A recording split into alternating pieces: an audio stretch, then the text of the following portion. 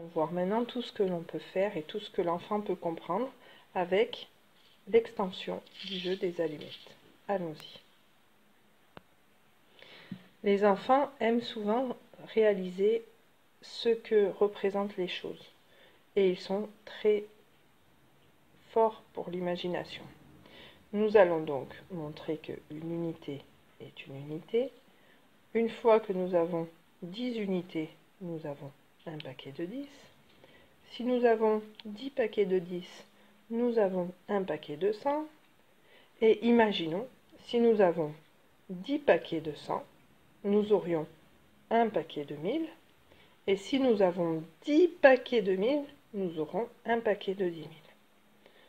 Donc les enfants sont souvent très stupéfaits d'arriver à voir de si grands nombres.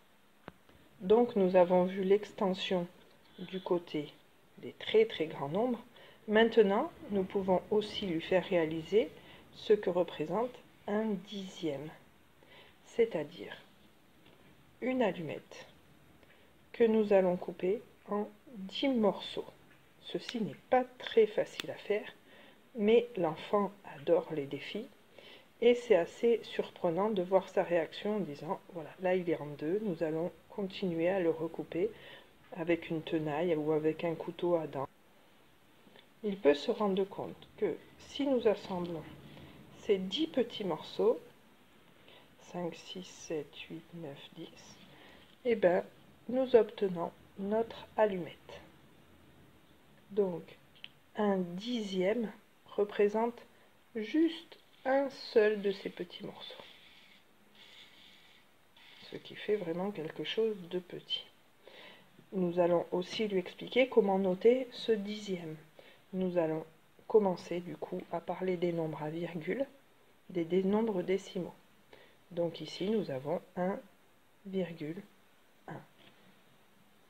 Nous pouvons recommencer l'exercice, lui mettre une certaine quantité d'allumettes sur la table et lui demander de noter ce qu'il voit. Ici il voit un paquet de 100, deux paquets de 10, deux unités, virgule, puisqu'on a découpé l'unité, et nous avons 1, 2, 3, 4, 5 dixièmes. Il peut, à ce stade-là, arriver à lire 122,5. Je rappelle, il est très important que l'enfant arrive à quantifier avant de lire le mot. Allons plus loin dans notre découpage. Prenons un dixième que nous allons à nouveau découper en 10 morceaux. Ceci va représenter un centième. C'est-à-dire qu'il nous faudra 100 morceaux comme celui-là pour obtenir une unité. Donc ici, nous voyons que nous avons les unités, virgule, les dixièmes, c'est une unité découpée en 10, et les centièmes, c'est un dixième découpé en 10. Nous pouvons continuer et regarder ce que représentent les millièmes. Ce sera un centième découpé en 10. Cela commence à devenir vraiment très très petit. Nous avons donc ici un millième. Bon, il est tellement petit, je ne sais même pas si vous arrivez à le voir. Nous avons notre centième, nous avons notre dixième, nous avons notre unité, nous avons notre dizaine et nous avons notre centaine.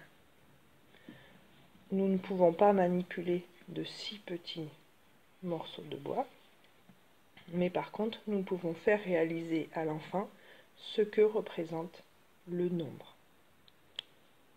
Nous pouvons aussi l'aider à surligner l'importance de la fin des mots.